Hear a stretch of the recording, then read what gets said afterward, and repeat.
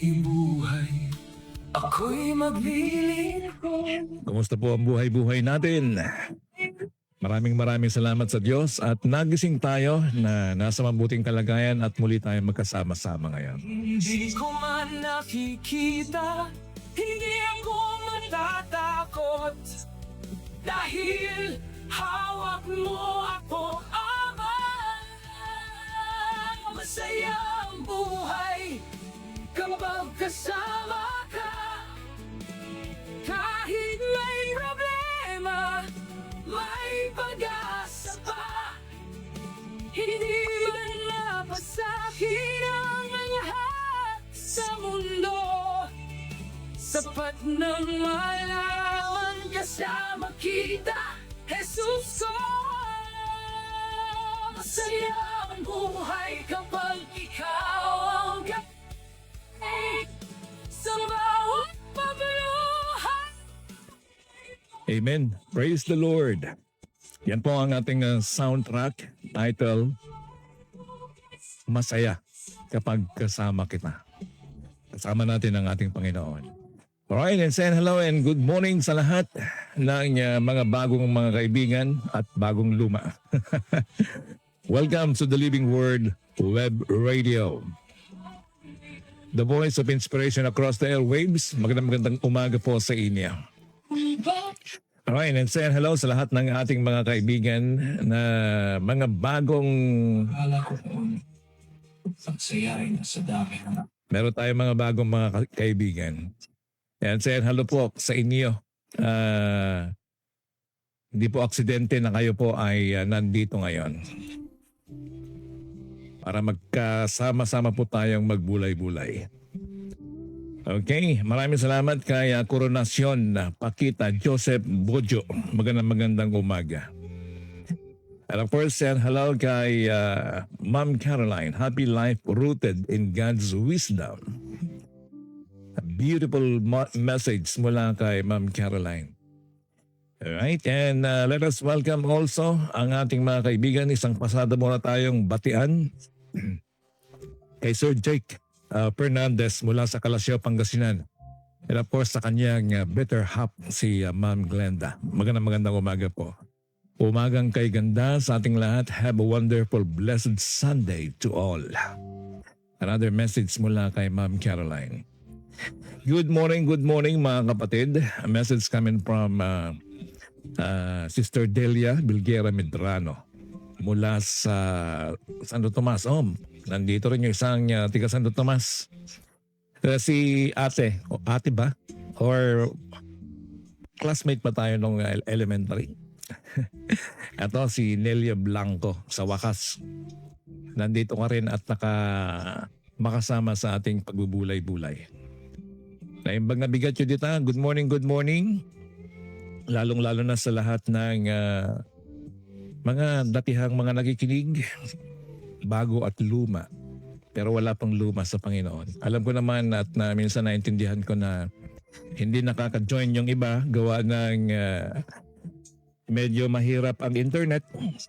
At hindi lang sa internet minsan dahil sa kabisihan natin. Okay, so maraming salamat Sister Nelia Blanco mula sa Santo Tomas, Tagilian, Isabela. And of course, and hello kay Master Sergeant Maricar de los Santos. Good morning, sir. Ang aking kasama sa unit ng 306 dito sa Zambales. Alright, and say hello also kay Ma'am Alma Abawag. Magandang umaga. Watching from the United States of America. Alright, good morning din sa ating lahat. Mabuting gising para salubungin ang Sunday Bible Series, Living Word Web Radio, and more blessings sa bawat isa sa ating lahat. Yan po, a message coming from classmate LB. Taga Santo Tomas din ito.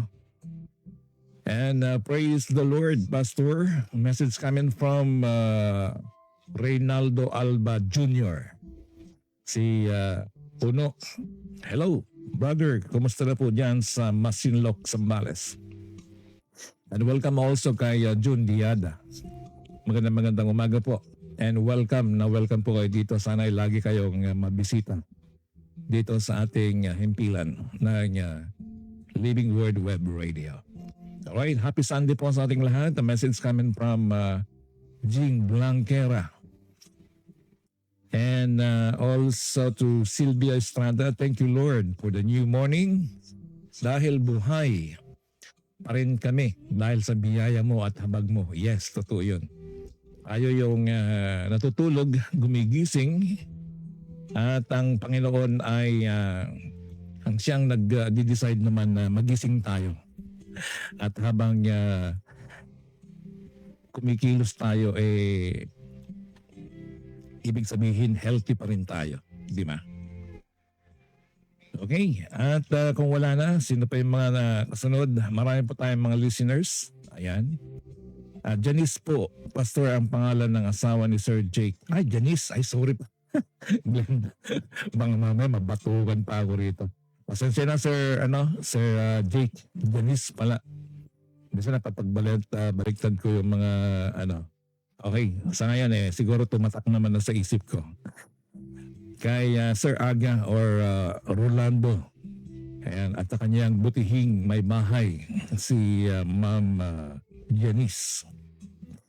Kahit anong problema, basta't kasama ang Diyos, walang di natin tagumpayan. Message coming from Ma'am Sylvia. Magandang umaga ulit.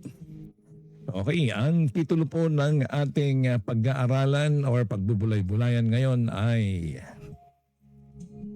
The Stages of Happy Life. Ayan, mga 10 puntos ng stages of life. Ngayon po ay araw ng Sunday, so siguro mamaya ay may kanya-kanya tayong worship service. Yung mga tiga Bethany Church dyan sa Santo Tomas. Meron din pang mukhang wala sila Pastor Roman, ang aking brother dyan sa Manaring. Aywan ko kung dumating na sila. Umaten yata ng isang malakihang gawain din.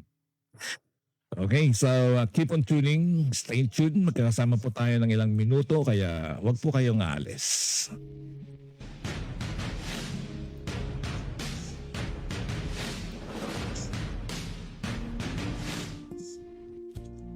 Alright. 10 stages of happy life. Ano bang mga stages kung paano tayo nagiging masaya? Hindi ibig sabihin na wala na tayong problema. Stages of a happy life. Ang masayang buhay ay hindi buhay na walang problema. Ang problema po ay laging nandyan at hindi natin kayang tanggalin or hindi pala tinatanggal yan. Pinapalayo. No? Ang problema ay laging kaakibat ng ating pang-araw-araw na buhay. Uy, nandyan si paring Romeo de Angel. Okay, welcome also to paring Romeo de Angel. Minsan ko lang batiin to. Ito ay isang classmate ko rin ng high school at kasalukuyan na sa Mindanao. Okay? Alam ko si Romeo de Angel, na aking kaibigan, ay isang INC. Pero yun nga, sinasabi ko na wala po tayong relihiyong dinadala dito, kundi nagbabahaginan po tayo ng salita ng Diyos. At ang salita ng Diyos, ang binabanggit at nakasentro lamang sa ating Panginoong Jesucristo. Ang masayang buhay ay hindi buhay na walang problema. Kayo po ay nakikinig sa Living Word Web Radio Sunday Podcast. Ngayong araw ay August 23, 2026.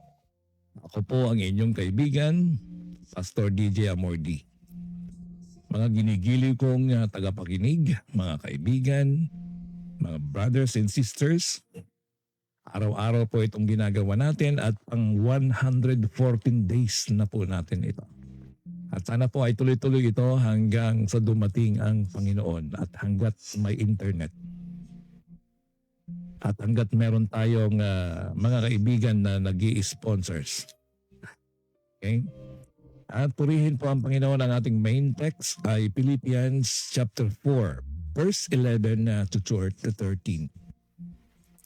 Dito ko po kinuha ang mga pinag-aaralan natin At ito yung main text, Philippians 4:11 to 13.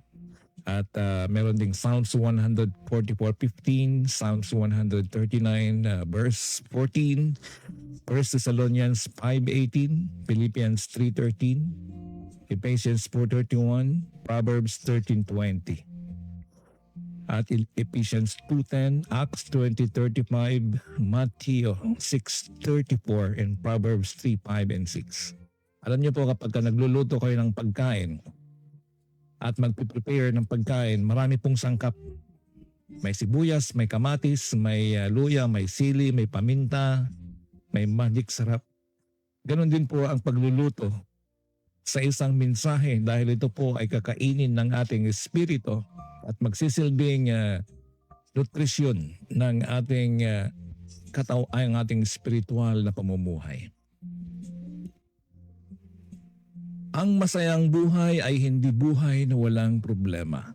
Ito ay buhay na may Diyos or buhay na may Diyos, may kapayapaan, may layunin, at marunong magpasalamat sa bawat yugto ng ating buhay. Kaya magandang araw po ulit sa inyong lahat, saan mang bahagi ng Pilipinas at ng mundo kayo nakikinig. Welcome once again to the Living Word Web Radio, voice of inspiration across the airwaves. Ako po ang inyong lingkod, Pastor DJ Amor, at isang malaking pagpapala na muli tayo magkasama-sama upang makinig, magnilay at matuto mula sa salita ng Diyos. Marahil ay nakikinig ka ngayon ng masaya, mayroon ding nakangiti, pero sa likod ng ngiting yon ay may dinadalang problema. May naghahanap ng trabaho, may problema sa pamilya. Ano pa? Marami tayong mga dinadala. Minsan ay lagi nating ini-enjoy nating kinakarga yung dala-dala natin. Tayo po ay tayo po yung mga tao na mahilig minsan ng abubot. Alam niyo yung mga abubot? Tumingin ka sa paligid ng bahay mo. Sa paligid ng bahay mo, punong-puno ng mga naka-standby na di mo alam kung kailan mo gagamitin. Isa na ako doon actually. Yung mga tawag dito. Sinisipon pa rin ako hanggang ngayon. Actually, I'm not feeling well, pero in God's grace, nandito pa rin para magpatuloy na magbahagi ng salita ng Diyos. Minsan ay napakarami po tayong pinagdaraanan. Pinagdaraanan sa relasyon, may mga pumanaw na asawa, pumanaw na anak. No? Minsan kung saan yung nakasalalay yung kinabukasan ay nasa tao minsan. Halimbawa, yung asawa mo, pumanaw na, so wala ka ng katuwang sa buhay. May pinagdaraanan ka, nag-aalala ka sa kinabukasan. At may taong mayroon ng halos lahat naman. Pero nagtatanong pa rin, bakit parang may kulang? Kompleto ka naman. Pagka binuksan mo yung bigasan mo, marami pang bigas. Marami pang pambili ng ulam. Marami pang resources na gagawin. At yung iba naman ay kahit anong hanapin mong barya-barya ay wala nang nakatabi. Susubukan nyo ba yun? Kapag wala kang pera, sinusubukan mong saliksikin yung paligid mo, baka may naitabi ka. Pero wala kang makita. Meron namang sobra-sobra ang pera. Pero bakit parang may kulang? Kaya ngayong araw pag-uusapan natin ang isang bagay na hinahanap halos lahat.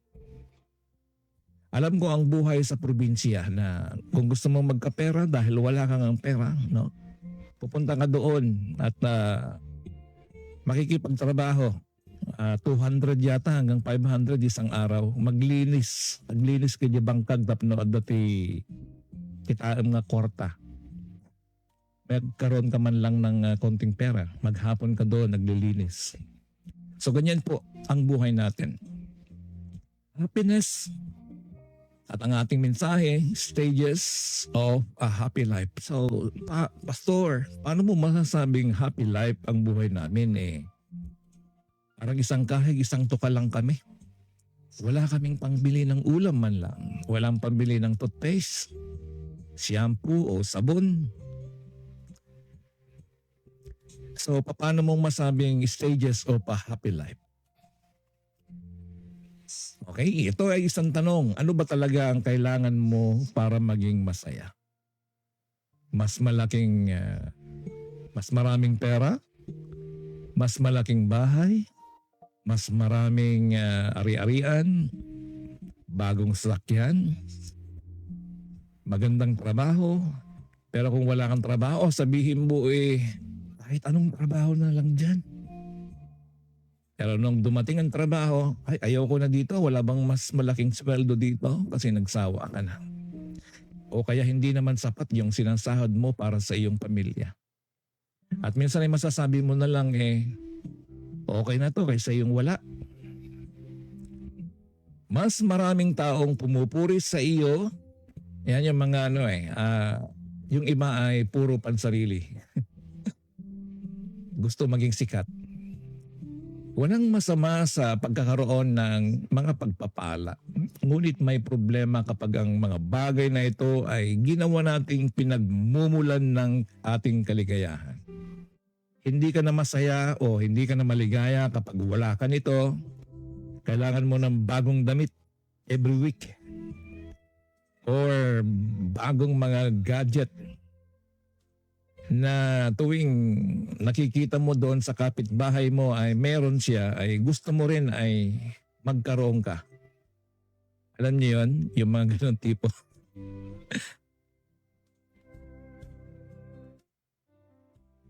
Alam niyo po mga minamahal na kapatid, wala pong katapusan talaga ang ating gustong gawin. Walang masama sa pagkakaroon ng maraming gustuhin. Kaya nga sabi nila libre naman daw ang mangarap. Ngunit may problema kapag ang mga bagay na ito ay ginagawa nating pinagmumulan or source of happiness. Yung iba naman ang source of happiness nila ay sabihin nating magtungit, maghapon. Okay. Dahil kung ang happiness mo ay nakasalalay sa isang bagay na maaring mawala, mawawala rin ang happiness mo kapag nawala iyon. Pero kung ang iyong kagalakan ay nakaugat sa Diyos, maaring magbago ang sitwasyon. Ngunit may pundasyon pa rin ang puso. Tayo po ay saglit na manalangin mga minamahal kong kaibigan. Dakilang Panginoon, maraming salamat ulit, O Lord, sa umagang ito. Maraming salamat sa pagkakataong makinig sa iyong salita, Panginoon. Marami sa amin ang naghahanap ng tunay na kaligayahan. May mga pusong pagod, may mga pusong nasasaktan, may mga pusong nabigo, may mga pusong puno ng pangamba. Turuan mo kaming makita na ang tunay na kagalakan ay hindi lamang nakasalalay sa aming kalagayan kundi sa aming relasyon sa iyo. Buksan mo ang aming isip, hipuin mo ang aming puso at baguhin mo ang aming buhay sa pamamagitan ng iyong salita. Samahan mo kami sa aming pagbubulay. Banal Espiritu, ikaw magbigay ng talinuhan at pangunawa sa bawat isa sa amin. Sa tanging pangalan ni Jesus. Amen. What makes a person happy? Ikaw. Pakitype mo nga dyan kung anong what makes a person or ikaw mismo. Ano ang sa paningin mo na nakakasaya sa iyo? Lahat tayo ay mayroong sariling definisyon ng happiness. May kanya-kanyang kahulugan. Para sa isang bata, maaring ang kanyang source of happiness ay yung ipinangako mong laruan. Anak, huwag kang mag-alala kapag ka nagkapera tayo, ibibilihan kita ng laruan. Para sa mga teenager, maaring acceptance who they are. Para sa isang nagtatrabaho, maaring promotion. Para sa isang magulang, maaring magandang kinabukasan ng mga anak. Para sa isang matanda, maaring katahimikan at magandang kalusugan.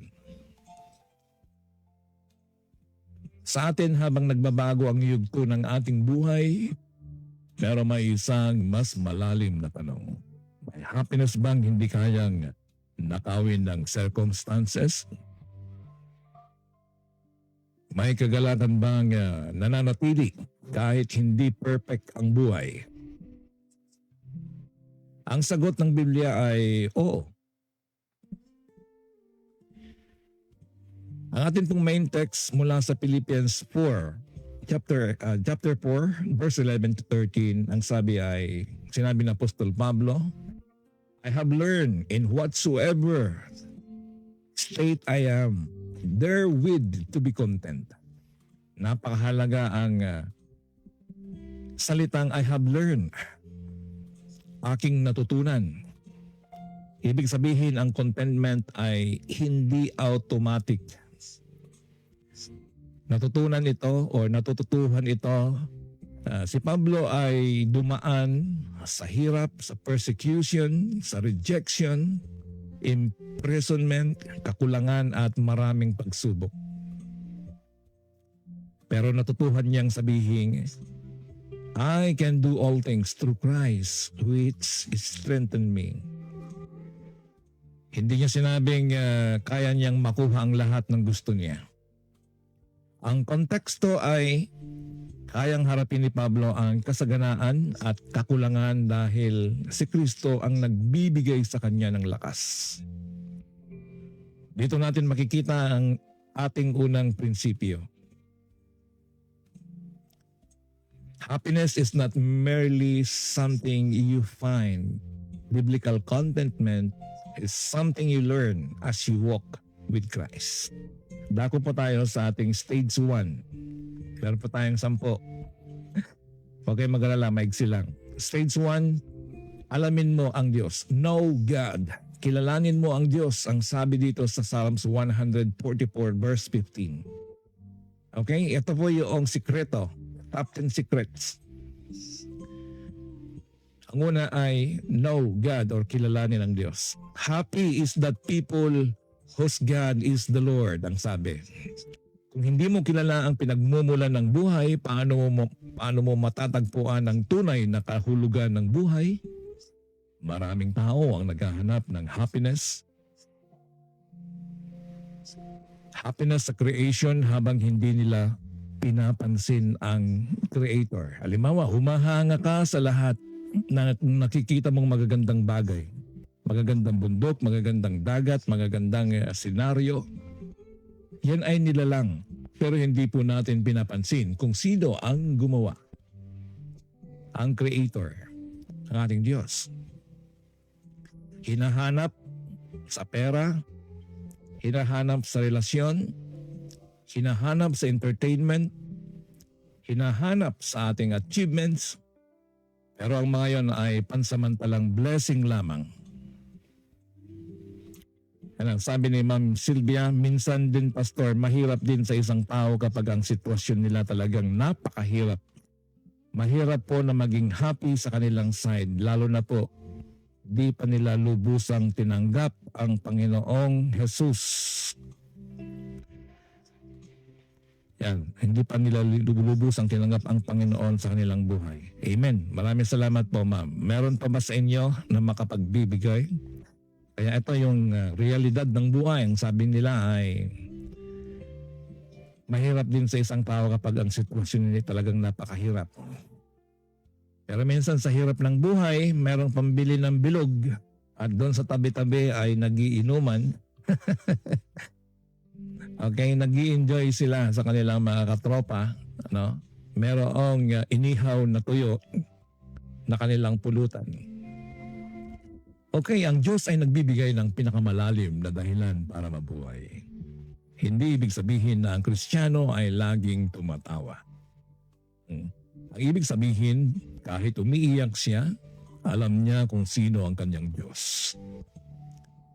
Ito po isang ilustrasyon. Ang cellphone, kahit napakamahal, magkano na bang cellphone ngayon? Kapag nag-range ng 8,000 hanggang 25,000 ay medyo maayos-ayos na. At maayos na kasi nagmamahal ang mga cellphone ngayon gawa ng AI. Naka-integrate yung AI doon sa mga bagong cellphone ngayon. Ang cellphone kahit napakamahal, kapag naubusan ng battery, kailangan mong bumalik sa source of power. Napansin niyo po yun? Wala ang baterya saan ka kukuha? Sino at saan mo isasaksak ngayon yan? Di doon sa charger para magkaroon ng charge. Source of power. Ganito rin ang tao. Maaari kang maging successful, popular at financially comfortable. Pero kapag disconnected ang kaluluwa sa Diyos, mayroong emptiness na hindi kayang punuin ng material na bagay. Sabihin mo, meron kang iPhone 17 Pro Max. Meron kang Inmax na motor. Yan. Kung mayaman ka pa, meron kang BMW, may Mercedes, meron kang malamansyon na bahay. Pero bakit nandoon pa rin ang emptiness? Tanging kay Jesus lamang matatagpuan ang tunay na kapayapaan at tunay na kaligayahan. Sabi ulit ni Ma'am Sylvia. Okay. Sige po, meron po ba bang ibang magsishare sa inyo na mabasa natin? Ano ba yung source sa inyo? Therefore, ang nagbibigay ng kaligayahan ay ang Panginoong Jesus para sa mga Kristiyano. Ang sabi nga nila ay, bakit yung mga mandarambong, mga mandarambong o yung mga politiko na mayaman, wala naman silang Kristo sa puso, parang gano'n. Well, hindi po natin nakikita, tanging Diyos lamang ang nakakita yung tunay na kapayapaan. Sabi nga nila, makakabili ka ng libu-libong presyo ng kama, pero hindi mo nabili yung kapayapaan. Hindi mo kayang bilhin ang kapayapaan. Meron kang magandang kama, hindi ka naman makatulog. Di ba? Okay, ito po ang ating takeaway. Don't just seek happiness. So ang una po ay seek God first. Yan po yung pinakauna binabanggit sa banal na kasulatan. Dako po tayo sa stage 2.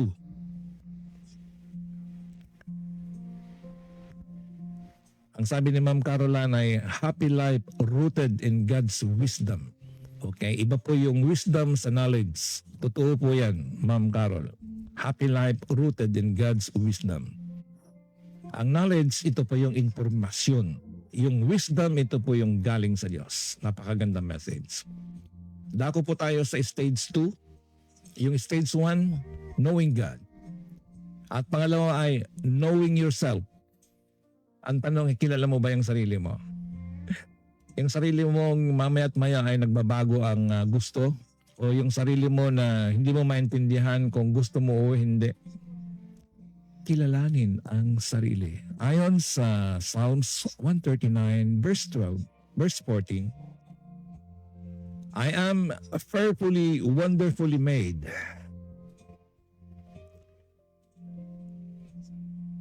Mahirap maging masaya kung buong buhay mo ay sinubukan mong maging tao. Mahirap maging masaya kung buong buhay mo ay sinusubukan mong maging tao.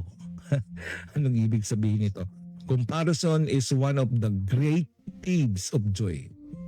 Yung comparison, yung lagi mong hinahalin tulad, bakit siya? Ako hindi. Bakit siya? Maganda, ako hindi. Bakit siya maraming pera, ako hindi?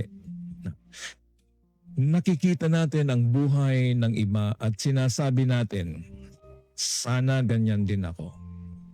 Sana ganyan din ang bahay ko. Sana ganyan ang pamilya ko. Pero tandaan, God did not create you to become somebody else copy. Lahat po tayo ay magkakaiba. May gifts ka, may weaknesses ka, may calling ka, may limitations ka. At may purpose ang Diyos sa buhay mo. Stop comparing your chapter with somebody else's story. And sometimes don't compare nasa chapter 30 na sila, ikaw ay nasa chapter 1 pa lang. Kaya don't compare. Kilalanin kung sino ka at kung sino ka kay Kristo. Here's another beautiful message. True pastor, happiness and peace cannot valued by money. Pero sa piling ng Diyos, doon matatagpuan ang tunay na pagmamahal, kagalakan at kapayapaan. It's another message mula kay Ma'am Caroline. Here's another also a message coming from, my beloved sister, nandito, si Pastora Marita Ignacio. Good morning, Pastor. Happy blessed Sunday. Matthew 6:33, ang sabi niya ay, seek ye first the kingdom of God, and everything shall be added unto you. So yan po yung meaning ng Matthew 6:33. Dako po tayo sa pangatlo out of 10. Accept what you cannot change. Tanggapin mo ang mga bagay na hindi mo kayang baguhin. Tanggapin ang hindi mo kayang baguhin. Ayon sa Philippians chapter 4 verse 11, I have learned in whatsoever state I am, therewith to be content. May mga laban na kailangan mong ipaglaban, pero meron ding kailangan mong ipagkatiwala. Hindi lahat ng mayroong kahapon ay mababago mo. Hindi mo mababawi ang oras. Hindi mo makokontrol ang lahat ng tao. Hindi mo kayang kontrolin ang lahat ng mangyayari sa bukas. Ngunit may isang bagay lamang na maaari mong piliin. Kung paano ka tutugon sa iyong sitwasyon. Biblical contentment is not laziness. Hindi ibig sabihin bahala na. Ang contentment ay pagsasabing, Panginoon, gagawin ko ang kaya kong gawin at ipagkakatiwala ko sa iyo ang hindi ko kayang kontrolin. Kaya huwag mong subukan, kaibigan, na kontrolin lahat ng bagay. Mapapraning ka lang. Kaya minsan if we are going or trying to control everything, gusto mo, kontrolin mo pati yung ulan, no? Dako po tayo sa stage 4. Develop a grateful heart. Ito po yung kulang sa mga marami sa atin. They are not grateful enough. Hindi marunong magpasalamat. Hindi marunong magpasalamat sa mga biyaya. Kaya nga, gagising man lang natin, kailangan magpasalamat na tayo kasi buhay tayo, di ba? We must be grateful. Alam niyo po itong salitang grateful, ito ang yung marami po ngayon, yung modern age ngayon, yung sinasabing the law of attraction sa New Age movement, without Christ, without God. Ito po yung kanilang sikreto. Be grateful. Yung sa iba, ang sabi nila ay namaste. Be grateful. I'm so happy and grateful now that money comes to me in increasing quantities through multiple sources in continuous basis. Ayan po yung laging inaano nila. No? I'm so happy and grateful na. Pati ako, naisaulado ko na yun. Yan daw yung isang sikreto. Kung gusto mo magkaroon ng pera, declare it. Pero ito, bilang Kristiyano, i-declare mo sa Diyos. I am so happy and grateful now that money amounting 500 or 1,000 will come to me. I am so happy and grateful now that money comes to me in increasing quantities through multiple sources and continuous basis. Ulitin mo ulit. I am so happy and grateful now that money comes to me in increasing quantities through multiple sources and continuous basis. Yan po ay natutunan ko kay Bob Proctor ng The Secret. Kaya lang pag pinag-aaralan ko noon, Sabi ko, Lord, patawarin mo ako. Hindi ko nakita ang pangalan ng Panginoong Jesus sa libro na yon. Pero ginagamit nila yung mga sikreto na mga salita na galing sa banal na kasulatan. Ito pong stage 4, huwag niyo pong kalimutan. Develop a grateful heart. Matutong magpasalamat tayo sa anumang bagay na dumarating sa ating buhay. Dahil lahat ng oxygen na nahihinga, pumapasok sa ating mga ilong, ayan po ay libo-libo. Alam niyo po kapag may isang sakit at na-confine sa isang ospital, subukan mong bumili ng oxygen. Magkano ang oxygen na babayaran mo yun araw-araw? Kaya tayo po ay i-develop natin yung maging grateful heart. Matutong magpasalamat. 1 Thessalonians chapter 5 verse 18 says, "In everything give thanks." Lord, maraming salamat sa biyayang ito.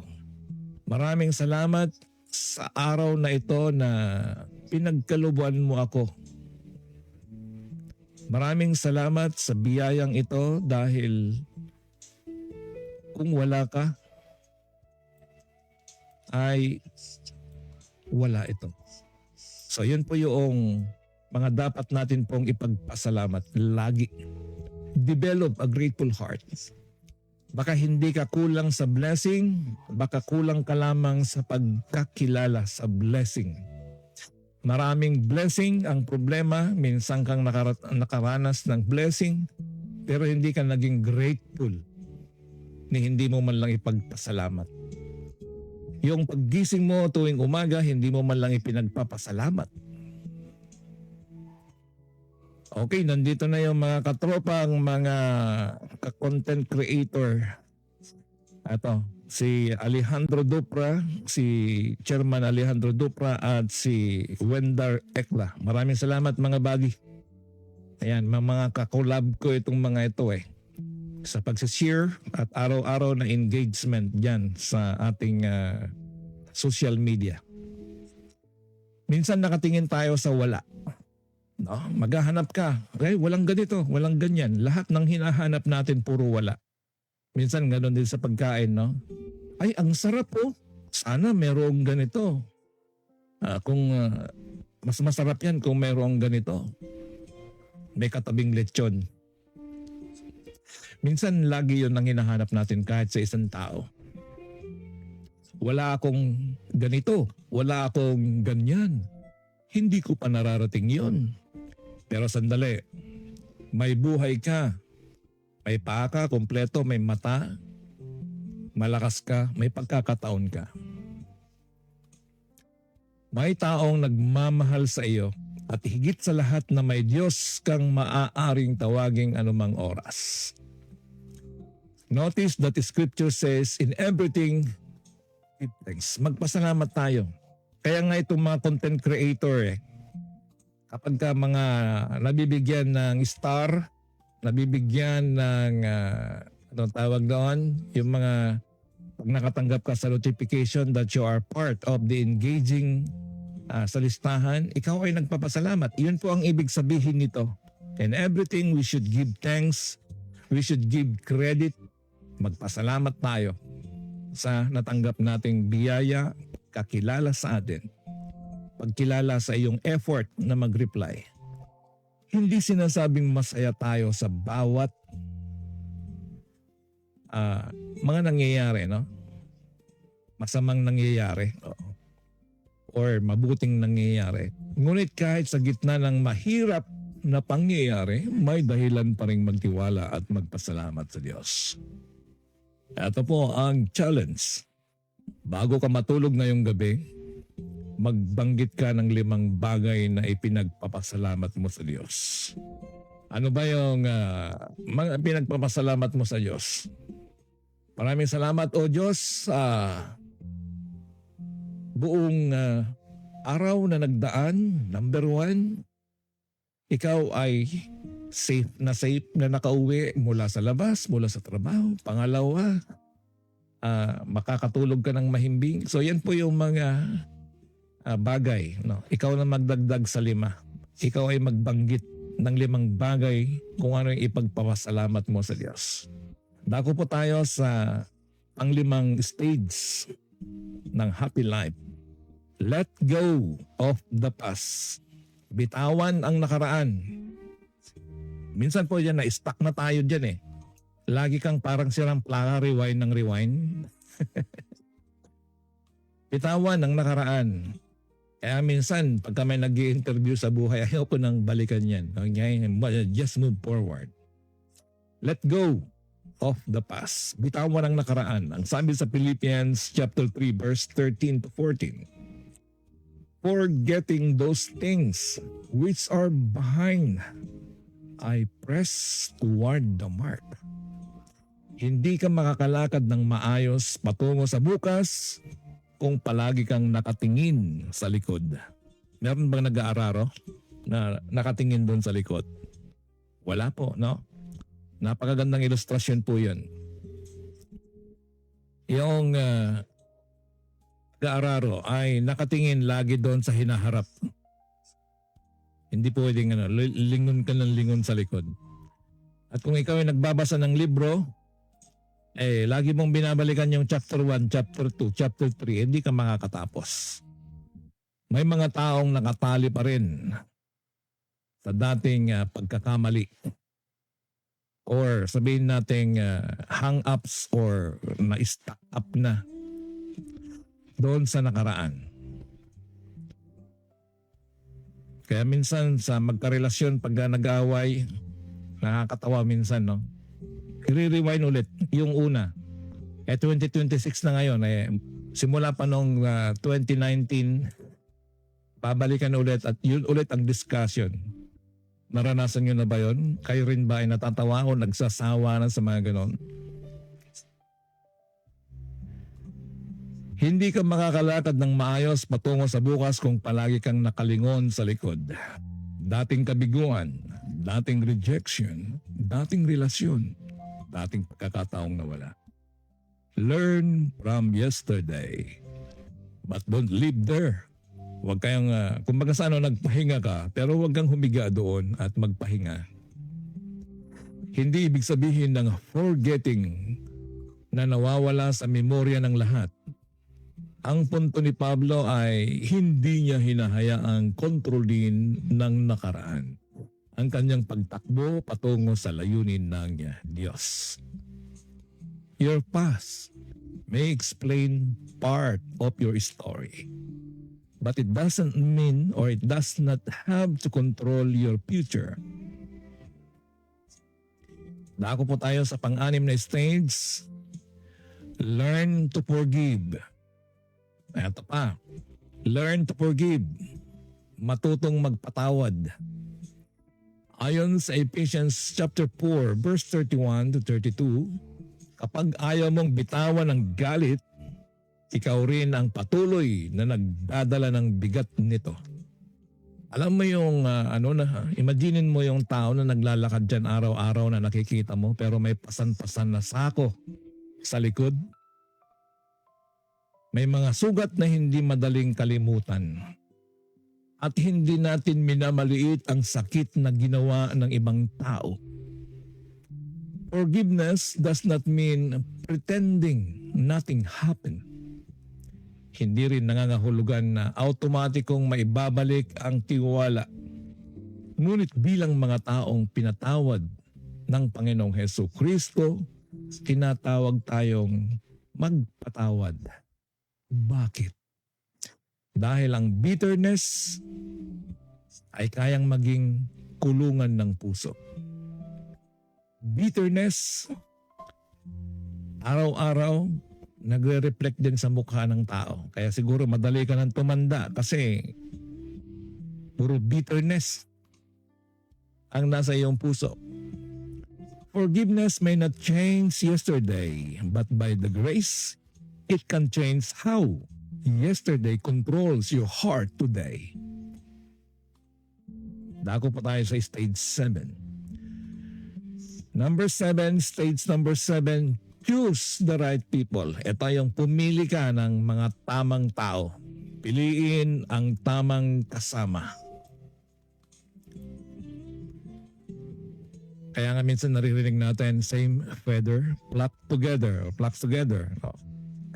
Proverbs 13 verse 20, he that walketh with wise men shall be wise.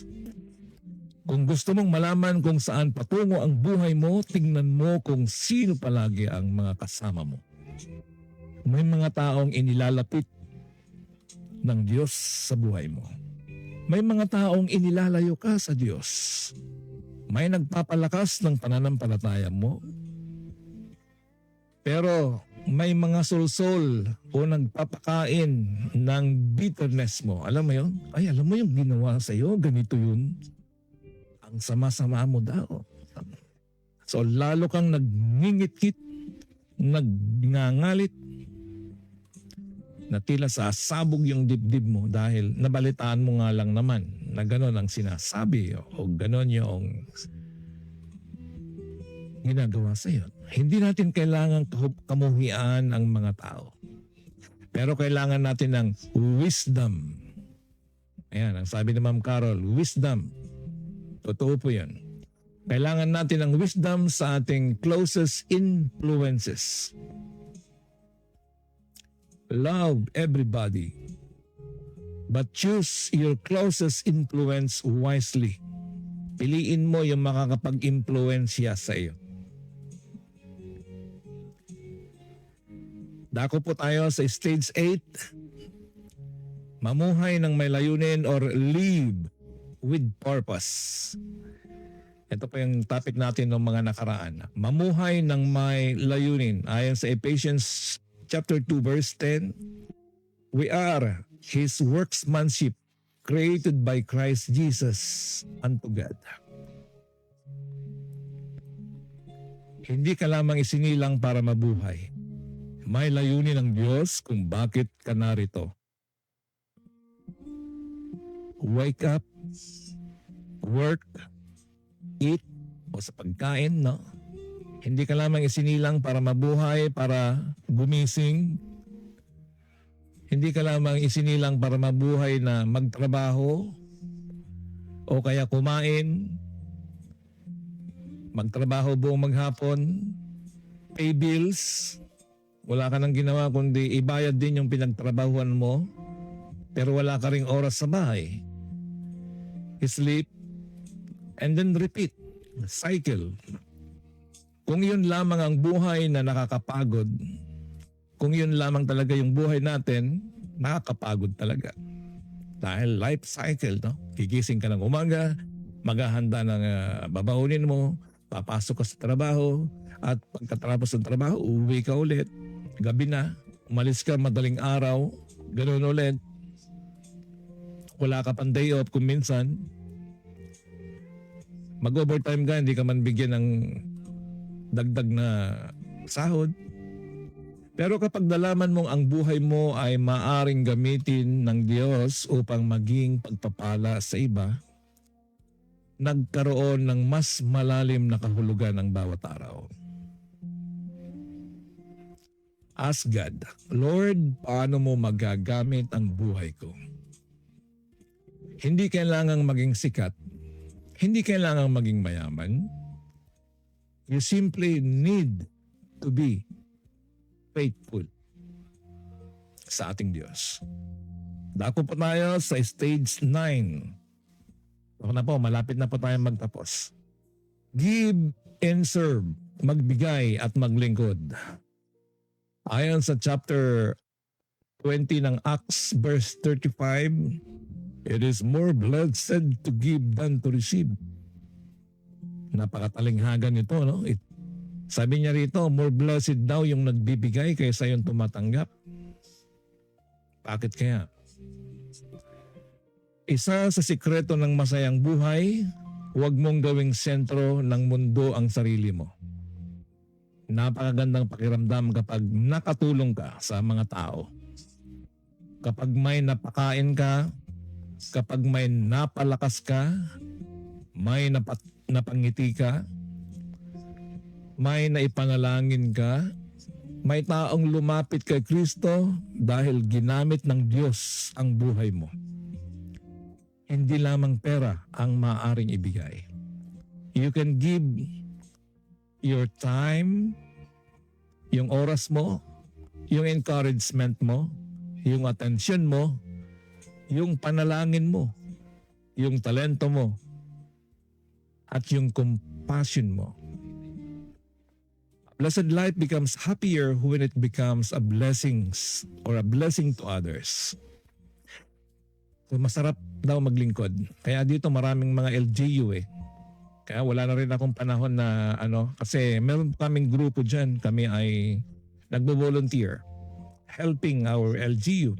Minsan helping our schools, mga ganyan. Okay, dako po tayo sa stage 10 or panghuling stage of a happy life. Trust God with tomorrow. Ipagkatiwala sa Diyos ang bukas. Ibig sabihin, masaya ka dahil ipinagkatiwala mo na sa Diyos. Hindi ka na mag-aalala. Ang sabi ng isa Pastor, bakit naman ako hindi mag-aalala? Or pinagkatiwala ko na nga pero bakit may nare-receive pa akong bill? Bill ng internet, bill ng tubig, bill ng kuryente. Ang daming bills. No? Ang tawag nila dyan ay due date. Due date. Okay. Ayon po sa Matthew 6:34. Yan po ang sabi ni Pastora Marita kanina. 6:33 and 34. Hanapin niyo muna ang kaharian ng Diyos. Or seek ye first the kingdom of God, and everything shall be added unto you. Take therefore no thought for the morrow. Sabi dito. Huwag tayong mag-alala sa araw ng bukas dahil ipinagkatiwala mo sa Diyos ang araw ng bukas. Ang sabi sa Proverbs 3, verse 5 and 6, trust in the Lord with all thine heart. Huwag mong hayaang nakawin ng problema ng bukas ang kapayapaan na ibinigay ng Diyos para sa araw na ito. Maraming tao ang hindi masaya ngayon dahil nabubuhay sila sa problemang hindi pa nangyayari. Ibig sabihin, hindi pa nangyayari, nag-aalala ka na. At ito na yung mga tanong, no? Paano kung mawalan ako? Paano kung hindi mangyari? Paano kung bumagsak ito? Paano kung magkasakit siya o magkasakit ako? May wisdom sa pagpaplano. Pero iba ang planning sa worrying. Planning prepares for tomorrow. Worries tries to control tomorrow. Faith or ang pananampalataya entrusts tomorrow to God. Ito po ang mga 10 stages. Akin nang irarap up. Number 1, know God. Kilalanin ng Diyos. Pangalawa, know yourself. Kilalanin ang sarili. Pangatlo, accept. Tanggapin ang hindi mo kayang baguhin. Pangapat, be grateful or give thanks. Magpasalamat. Number 5, let go. Bitawan ang nakaraan. Number 6, forgive. Magpatawad. Pinatawad ka ng Diyos, magpatawad ka din. Choose wisely. Piliin ang tamang kasama. Number 8, find purpose. Mamuhay ng may layunin. Number 9, serve. Maging pagpapala sa iba. Number 10, trust God. Ipagkatiwala ang Diyos ang bukas. Ipagkatiwala sa Diyos ang hinaharap o ang bukas. Imagine holding a cup, pinupuno natin ito ng pera, achievement, recognition, possessions, relationship, success, at sinasabi natin, kapag napuno ito, magiging masaya na ako. Pero habang tumatagal, napapansin natin, may kulang pa rin. Bakit? Because temporal things were never designed to satisfy the deepest need of an eternal life or eternal soul. Kaya sinabi ni Jesus sa John 10:10, I am come that they might have life and that they might have it more abundantly. Naparito ako upang sila'y magkaroon ng buhay na masagana, ang sabi. Hindi ako nagpunta rito para magnakaw, kundi upang sila'y magkaroon ng buhay abundantly. I am come, they might have life and that they might have it more abundantly. Ang abundant life ay hindi pangako na magiging mayaman tayo o mawawala ang lahat ng problema. Ito ay buhay na natagpuan. Ang tunay na sentro nito ay kay Kristo. Ito po, nasa final takeaway po tayo. Mga takeaways. Mga kaibigan, tandaan natin. Happiness is not having everything you want. It's learning contentment in Christ. Hindi mo kailangan ng perfect circumstances para magkaroon ng grateful heart. Hindi mo kailangan ng perfect family para matutong magmahal. Hindi mo kailangan ng perfect past para magkaroon ng meaningful future. Hindi mo kailangang malaman ang lahat ng mangyayari sa araw ng bukas upang magtiwala sa Diyos. At higit sa lahat, hindi sapat na hanapin lamang natin ang happiness. Kailangan nating hanapin ang Diyos na pinagmumulan ng tunay na kagalakan. Ito po ang ating conclusion. Balikan natin si Apostol Pablo. Ang sabi niya ay, I have learned to be content. Ang natutunan ko ay maging kontento. Napakahalaga. Learn. Ang masayang buhay ay isang journey. Life is a journey. May stages. May lessons. May mga victories. May mga disappointments. At may kasiyahan at katuwaan. At may luha o may iyakan. Pero habang lumalakad tayo kasama ni Kristo, tinuturuan niya tayong maging contented sa gitna ng pagbabago. Kaya baka kailangan mong sabihin ngayon ay hindi, Lord, bigyan mo ako ng lahat para maging masaya. Kundi, Lord, turuan mo akong makita ang iyong kabutihan sa bawat yugto ng aking buhay. Dako po tayo sa isang imbitasyon. Ngunit bago natin tapusin, nais kong linawin, mga minamahal kong kaibigan at mga kapatid, ang pinakamahalagang stage ay ang una. Know God. At hindi natin makikilala ang Diyos sa pamamagitan lamang ng pagiging mabuting tao, may relihiyon o sariling gawa. Sinasabi ng Biblia sa Romans 3:23, For all have sinned and come short of the glory of God. Lahat po tayo ay nagkasala. Ang sabi sa Romans 6:23 tells us, For the wages of sin is death, but God gives is eternal life through Jesus Christ. Si Jesus ay namatay para sa ating mga kasalanan, inilibing at muling nabuhay. At ang kaligtasan ay biyaya ng Diyos na tinanggap sa pamamagitan ng pananampalataya kay Kristo Jesus. Kung hindi mo personal na inilalagay ang iyong pananampalataya kay Hesus Kristo, huwag mo lamang hanapin ang isang masayang buhay. Come to Christ and receive eternal life.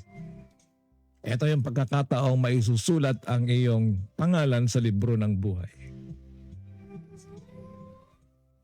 Lahat po tayo ay papanaw sa mundong ito. Life is very short. 10 years from now, 20 years from now, isipin mo kung nasaan tayo. Ito po ay law of nature, law of our faith. Ayon sa banal na kasulatan ay naipredict na.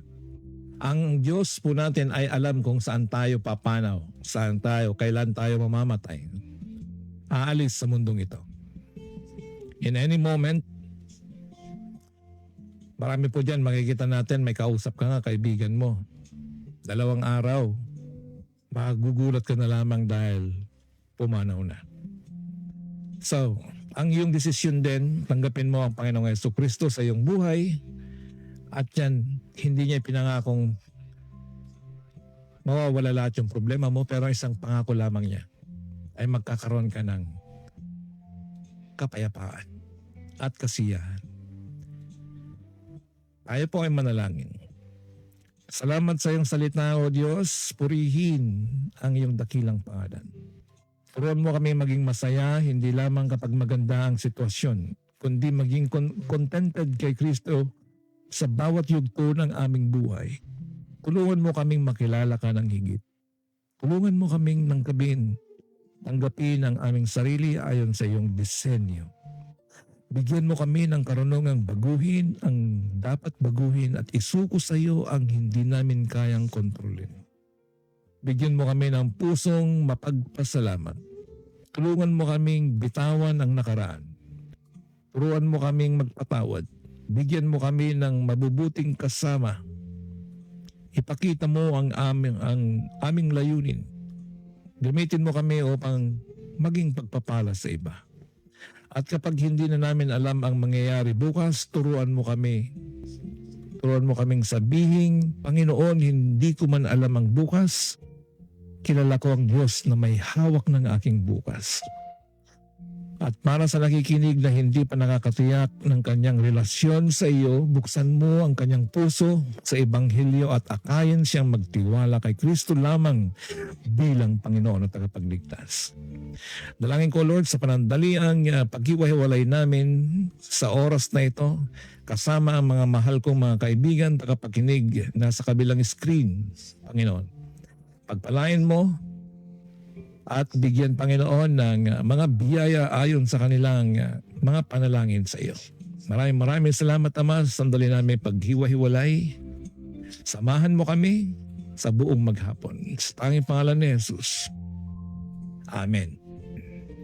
Mga kaibigan, bago tayo maghiwalay, tandaan, hindi nasusukat ang masayang buhay sa dami ng iyong ari-arian or pag-aari, kundi sa lalim ng iyong relasyon sa Diyos, sa ating Panginoong Jesucristo, at sa paraan ng pamumuhay mo sa bawat yugto ng buhay.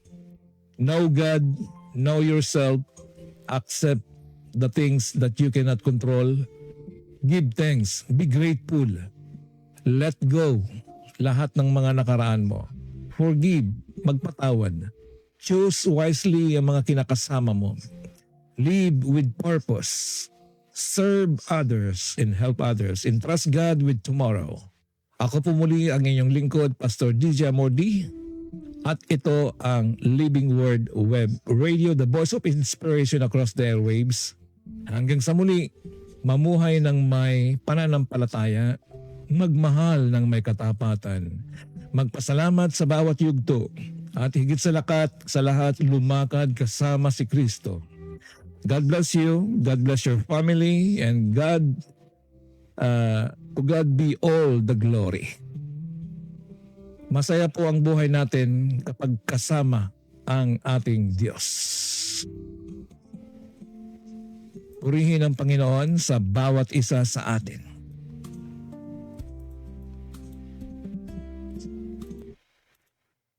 Ito po ang soundtrack or theme song ng Akala ating ko noon, ang saya ay nasa dami ng aking hawak. ito po ang theme song or soundtrack po ng ating pagbubulay-bulay ngayong umaga. Pero habang lumalakad ako sa bawat yugto ng buhay, unti-unti kong natutuhan, hindi pala kailangang mapasakin ang lahat. Kapag ikaw, Panginoon, ay sapat.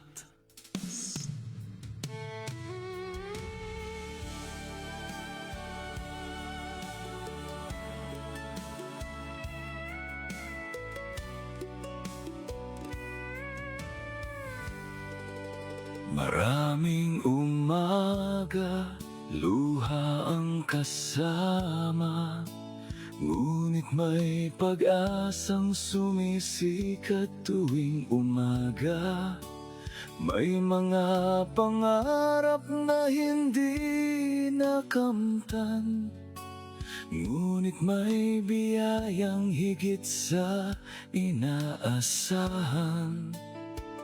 Tinuruan mo kong tanggapin ang sarili, hindi ikumpara sa buhay ng katabi.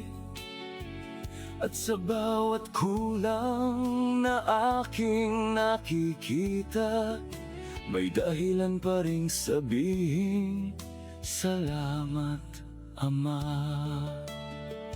May mga kahapong kailangan ng bitawan, mga sugat ng pusong dapat nang hilumin at iwan. May mga taong kailangan kong patawarin, upang ang bigat sa puso'y di ko nadalhin. May mga kaibigang iyong ipinadala, upang sa paglakad may kasama't pag-asa. At ngayon'y alam ko kung bakit ako narito. Ang buhay kong ito'y gamitin para sa iyo. Masaya ang buhay kapag kasama ka. Kahit may problema, may pag-asa pa. Hindi man mapasagin ang lahat sa mundo, sapat nang malaman kasama kita, Jesus ko. Masaya ang buhay pag ikaw ang gabay. Sa bawat pagluha may bagong kulay. Kahapon ay bitawan, bukas ay sa'yo. Masaya ang buhay kapag kasama ka, Panginoon ko. Kasama ka, masaya ang buhay. Kasama ka, may pag-asang taglay. Kahapon, ngayon, hanggang sa bukas, ikaw ang dahilan kung bakit may lakas.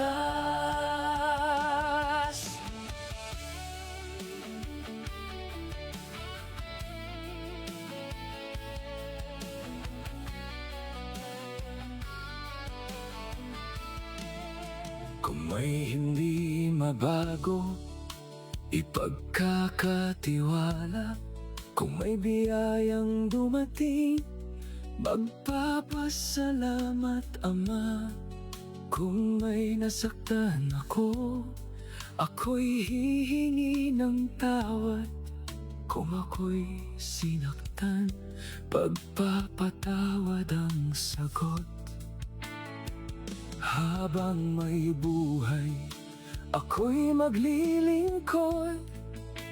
Habang may lakas, pag-ibig mo'y ihahandog. At kung bukas ay hindi ko man nakikita, hindi ako matatakot, dahil hawak mo ako, Ama. Masaya ang buhay kapag kasama ka. Kahit may problema, may pag-asa pa. Hindi man mapasakin ang lahat sa mundo, sapat nang malaman kasama kita, Jesus ko. Masaya ang buhay kapag ikaw ang gabay. Sa bawat pagluha may bagong kulay. Kahapon ay bitawan, bukas ay sa'yo. Masaya ang buhay kapag kasama ka, Panginoon ko. Masaya ang buhay kasama ka, may pag-asang taglay. Kahapon, ngayon, hanggang sa bukas, ikaw ang dahilan kung bakit may lakas. Akala ko noon, ang saya ay nasa dami ng aking hawak. Sa mga pangarap na kailangang maabot at tagumpay na kailangang matupad. Pero habang lumalakad ako sa bawat yugto ng buhay, unti-unti kong natutuhan, hindi pala kailangan mapasakin ang lahat. Kapag ikaw, Panginoon, ay sapat.